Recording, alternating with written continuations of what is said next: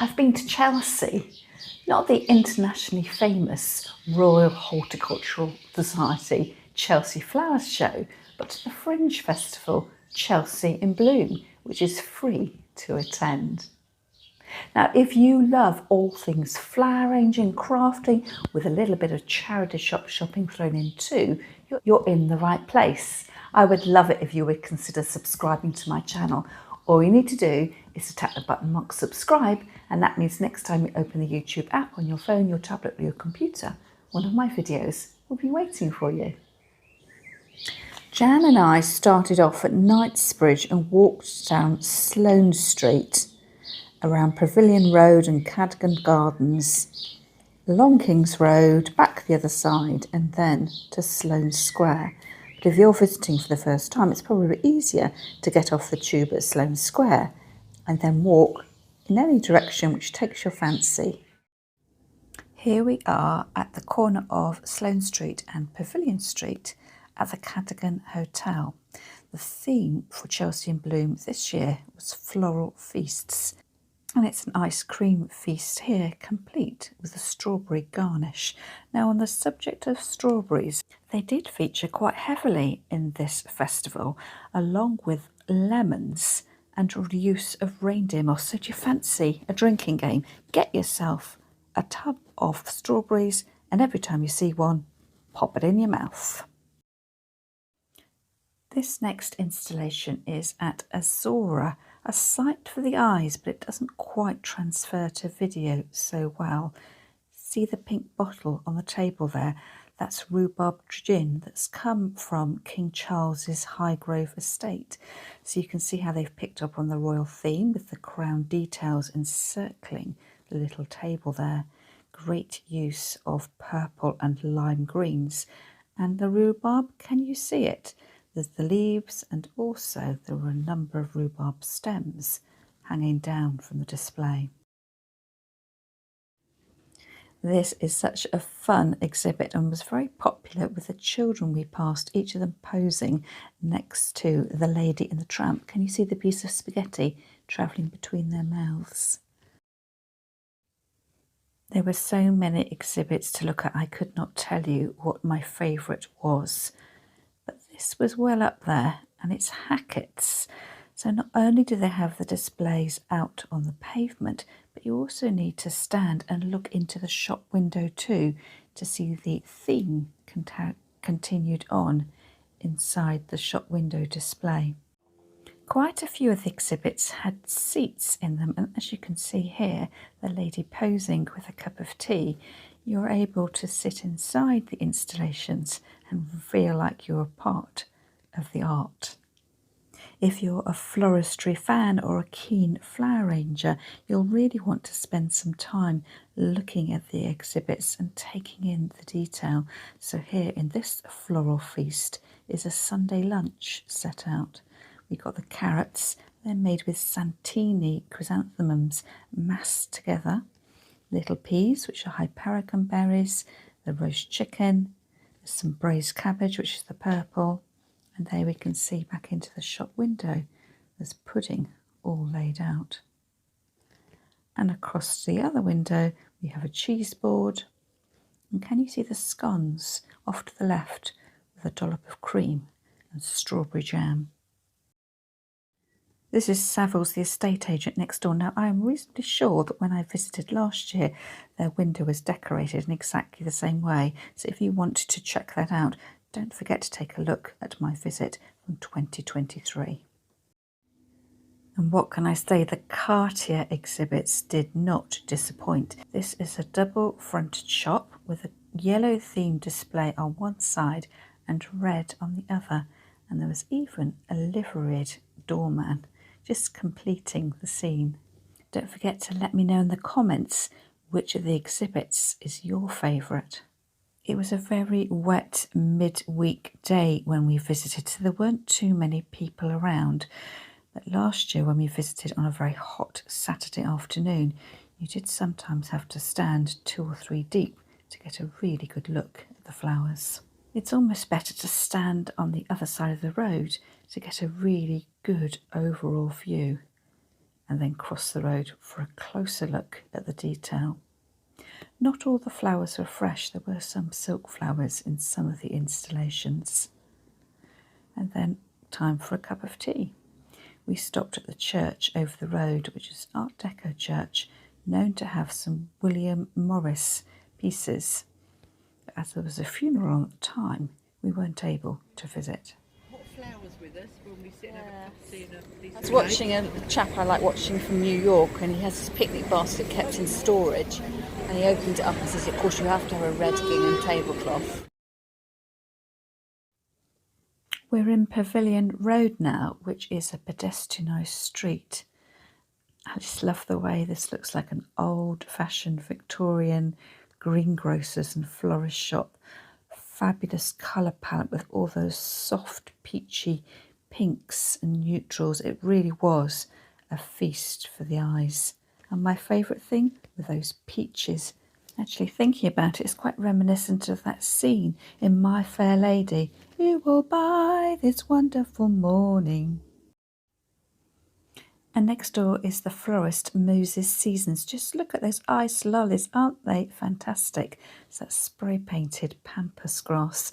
And actually, if you're a member of my YouTube membership group, there's some bonus footage at the end of this video when I take you around Belgravia in bloom. And there's another Moses Stevens florist in that part of town too. And not all the flowers were over the top. I quite like this understated flower arrangement in the boutique across the road from Moses Stevens. This is from Heidi Klein.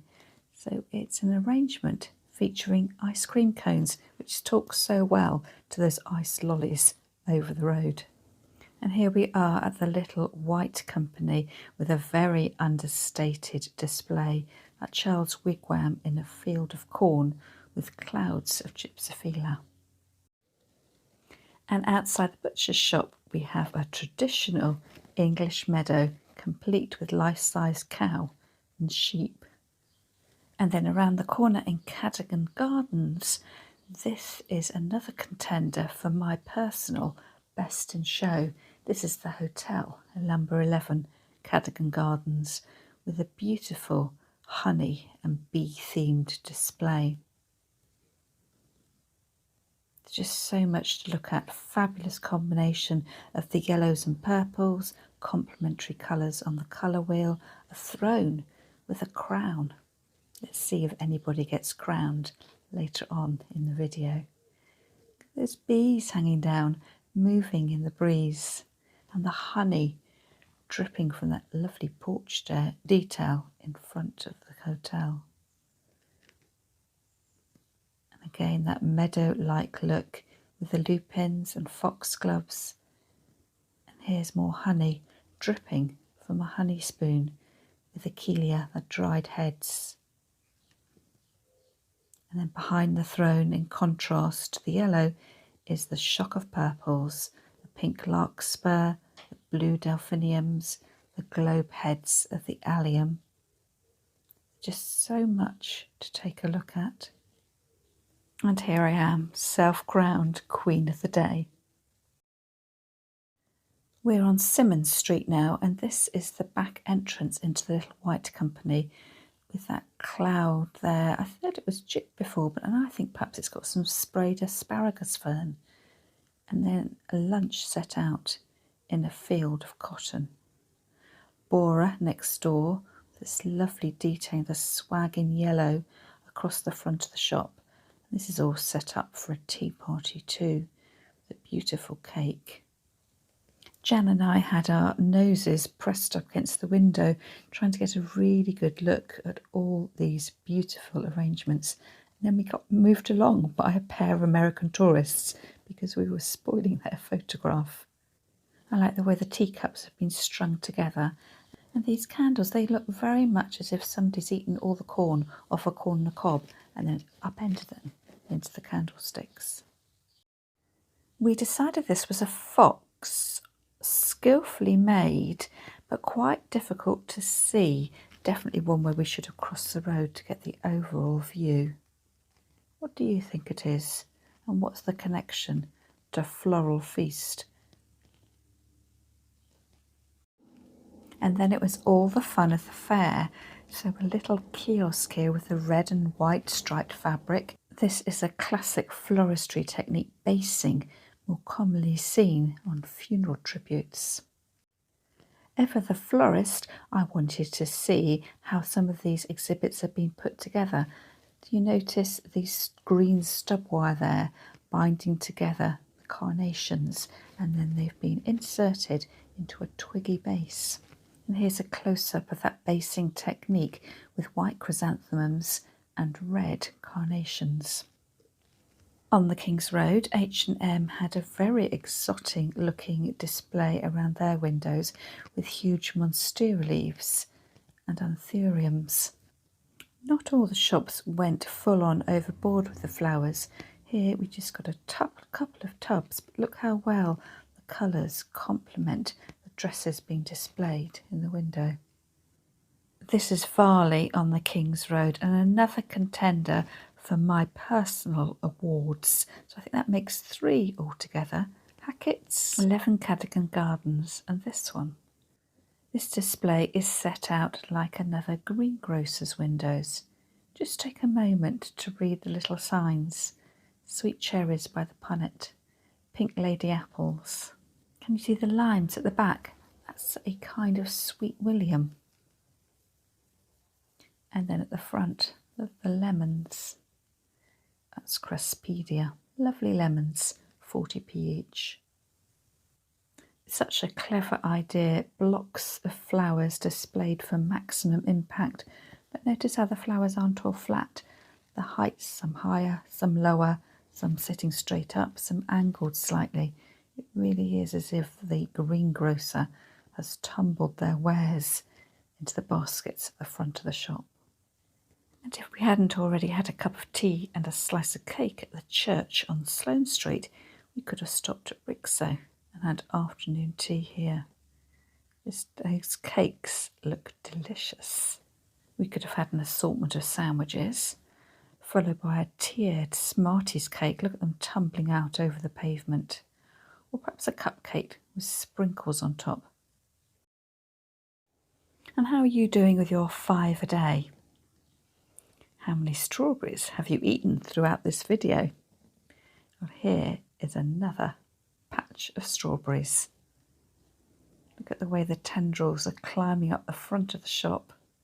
There's little strawberry flowers too. And if strawberries aren't your thing, we could always stop off for pizza. Can you see the Hessian rim, the crust to the pizza, and the pizza slicer? I wonder what the toppings are. There's plenty of tomato, olives and capers too. What do you think? And even when there didn't seem to be any flowers, there were flowers. I particularly liked this display in Waterstones, the bookshop. That book looks rather intriguing. Outside in, I might have a look at that and leave a link to it in the description underneath this video. And the flower book too, I've got that one. And I did do a review of that, so I'll make sure I leave a link to that underneath the video.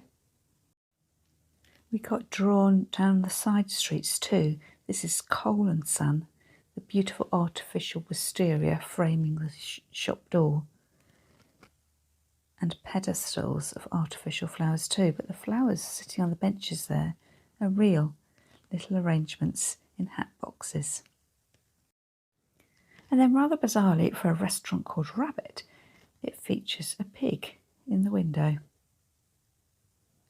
And in front of it is a dish of salvias in a very nice rusted pedestal. This next shop was beautiful. It's a gentleman's outfitters called Surplus, S-I-R plus.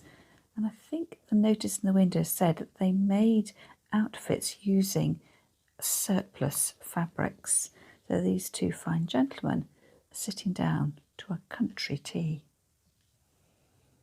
There were a couple of occasions when we weren't quite sure what was going on, and this is one of them. What are those yellow things hanging down from the tree? Are they lemons or honey?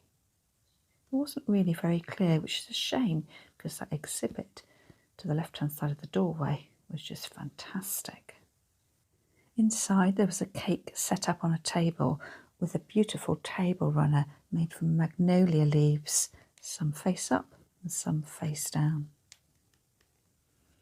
Look out, incoming strawberries. Here we are at Anthropology with their display very carefully, well and truly placed inside in the dry. Strawberry fields forever. I can't remember now which shop this was, but some of the displays were outside on the street, and then seamlessly your eye was taken inside to the display with the dresses and accessories so carefully curated to fit in with the overall look. A lovely summer's tea party. This sushi restaurant really stood out, so taking my own advice, I had a look from this side of the street. And the way back, we looked from the other side of the street. But because of the weather conditions, you just could not get a realistic idea of what this display looks like. Just check out the detailing on the sushi. Even the prawns have got colour gradation on them. Just such a detailed and technically accurate portrayal.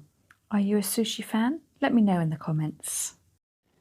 We had the Lady and the Tramp earlier, and now it's time for a picnic with Winnie the Pooh. Can you see the honey that's been knocked off the table and is flowing down?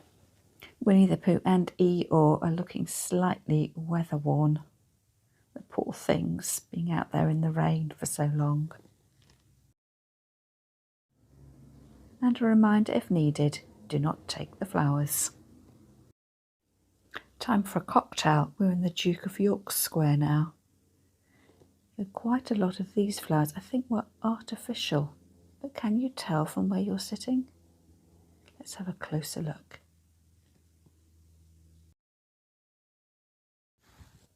And here come the lemons. So this again is in the Duke of York Square. Lovely meadow style arrangement at the front. Quite difficult to photograph when you don't have a distinctive focal area. It's very much a millefleur kind of design, with lots of dotty small flowers. Trini went for a lemon themed display too, but presumably inspired by the colour of her shop. I'm guessing it's always that vibrant yellow. And see the bench there, absolutely no one sat in it while I was looking at the display. It was just far too wet and cold by this time. Great examples of more basing here, covering a structure with a mass of flowers. As you can see, there are so many exhibits that you can look at as part of the Chelsea in Bloom event. You can get a map to download before you go, but I don't think that's necessary. I would just suggest you follow your nose and wander around. I don't think you could actually look at every single one of the shops that were taking part in this event. There was just too many of them and you'd be absolutely exhausted. So perhaps just take your time, concentrate on a few and really look at them. Decide what tips and techniques you could use to recreate a flower arrangement to enjoy at home. Or perhaps if you're a church flower arranger, you might have been inspired to replicate one of the arrangements you've seen. Although Jan and I had a fantastic day out, be warned, we were exhausted. So by the time we'd sat down for a cup of tea at Peter James's on Sloane Square, I'd done 12,500 steps. So as we leave Peter Jones, we spot some more strawberries and look how they've been made. Test tubes set into a base of chicken wire. And then over the road, it was time to look at the very hungry caterpillar.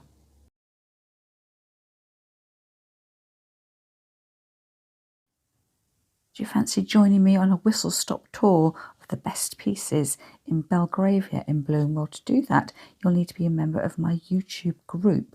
You need to click the link under this video and pay your monthly fee. That also entitles you to watch my Monday uploads advert-free and gives you free access to my monthly online flower arranging club.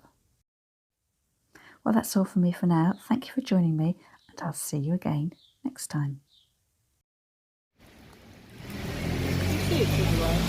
Only just.